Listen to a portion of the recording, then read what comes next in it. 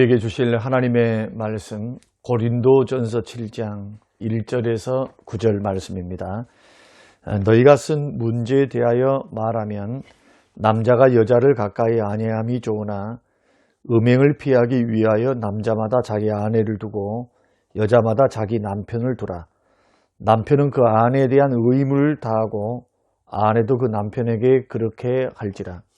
아내는 자기 몸을 주장하지 못하고 오직 그 남편이 하며 남편도 그와 같이 자기 몸을 주장하지 못하고 오직 그 아내가 하나니 서로 분방하지 말라.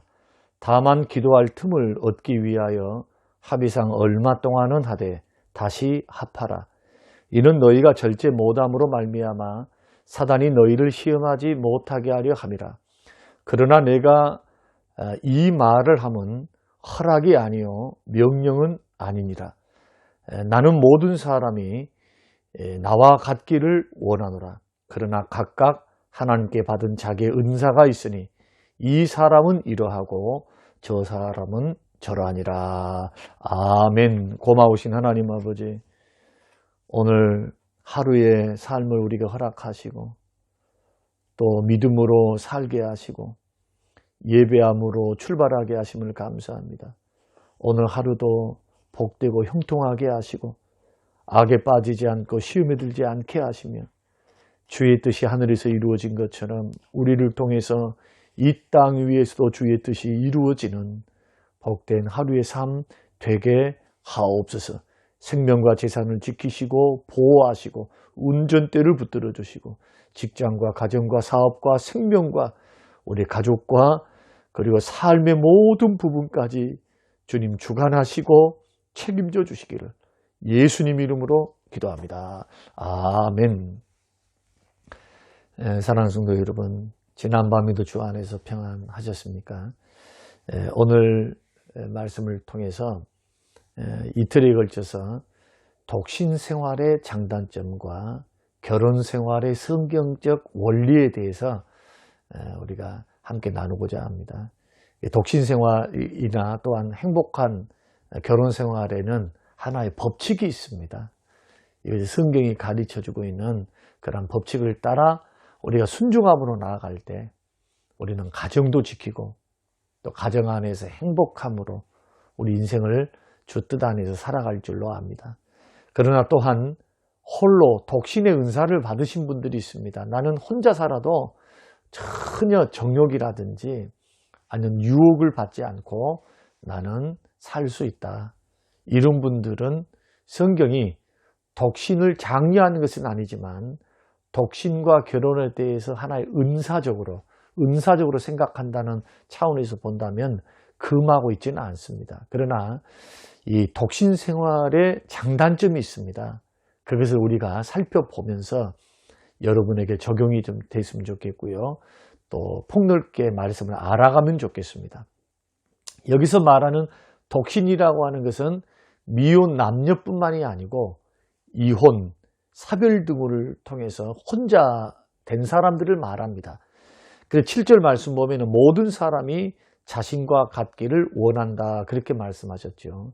사도 바울은 미혼이었습니다. 결혼하지 않고 평생을 복음 전도하면서 독신으로서 전 세계를 전도할 수 있었습니다.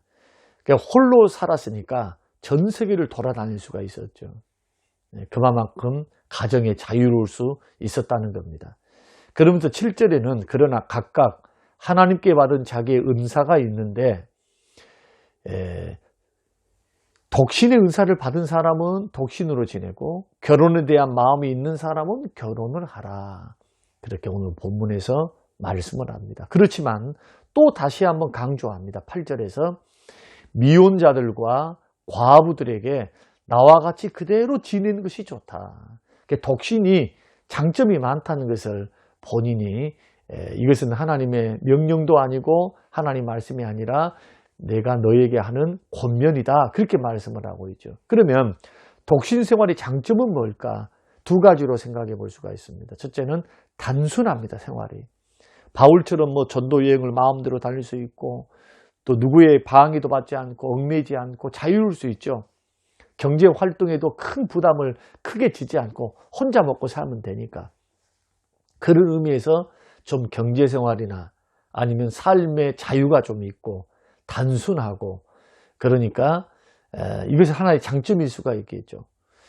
두 번째는 신앙생활에 유익이 있습니다. 마음대로 시간을 정해서 예배할 수 있고, 시간 내서 기도할 수 있고, 봉사할 수 있고, 전도 선교할 수 있죠. 그러나 만약에 가정을 가지고 있다면 아침, 점심, 저녁 밥 차려줘야 되고, 애들 돌봐야 되고, 낳고 길러야 되고, 같이 놀아줘야 되고, 맞벌이를 하면은 가사노동도 함께 해야 되고, 사람이 많다 보니까 교육도 같이 또 시켜야 되고, 내가 아무리 피곤해도 가족을 위해서 할 일들이 또 있거든요.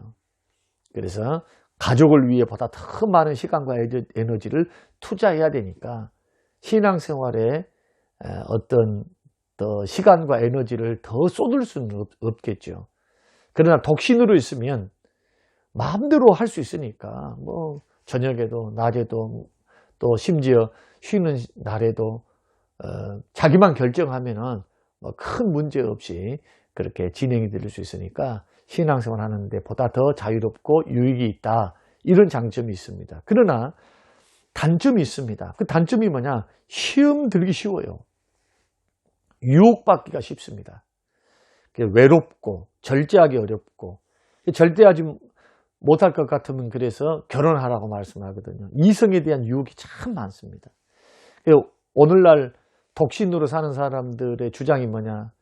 홀로 있을 때 자유를 마음껏 누리고 여러 사람들을 만나서 사랑도 하고 놀러도 다니고 즐기기도 하고 자유롭게 살고 싶어서 독신으로 사는 사람들이 있죠. 그러나 성경적인 독신은 그런 의미가 아닙니다. 예수 그리스도를 믿는 믿음의 사람의 독신은, 또 결혼도 마찬가지인데, 하나님의 영광을 위해서, 주님의 나라를 위해서, 주의 뜻을 위해서 헌신하는 목적으로 독신도 가져야 되고, 결혼도 해야 되고, 은사를 따라 독신으로 사는 것이 더 편하고, 은사라면은 남들 눈치 볼 필요가 없어요. 오히려 독신으로 살면서 더 주를 위해서 영광스럽게 살아갈 수도 있거든요.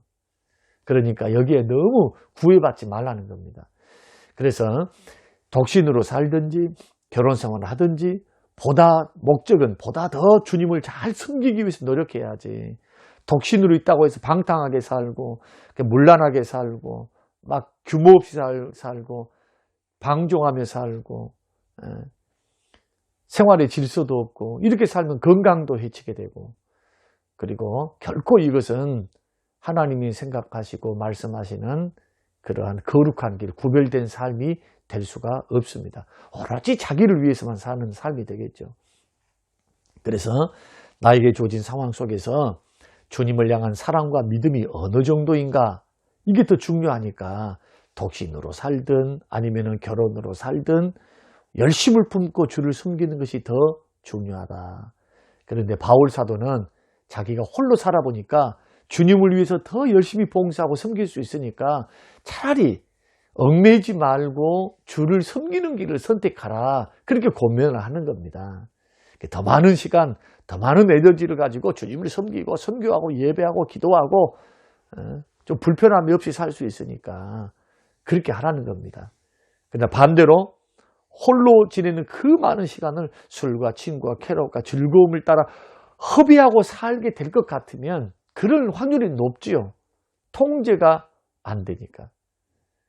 이것은 어리석은 인생입니다. 그래서 우리의 전생애를 통해서 하나님을 즐거워하고 하나님을 영광 돌려드리는 생활이 될 수 있도록, 혹시 독신의 은사를 받으셨다면 독신으로 사시고, 결혼을 하셨다면 결혼을 통해서 하나님께 또한 자녀를 낳아 영광스럽게 살아가야 되고, 목적은 주를 섬기는 것이다.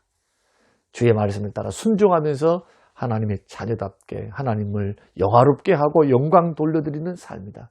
이 목적에서 흔들리지 말고 여러분들이 주시는 은사를 따라서 살게 되시기를 주님의 이름으로 축원합니다.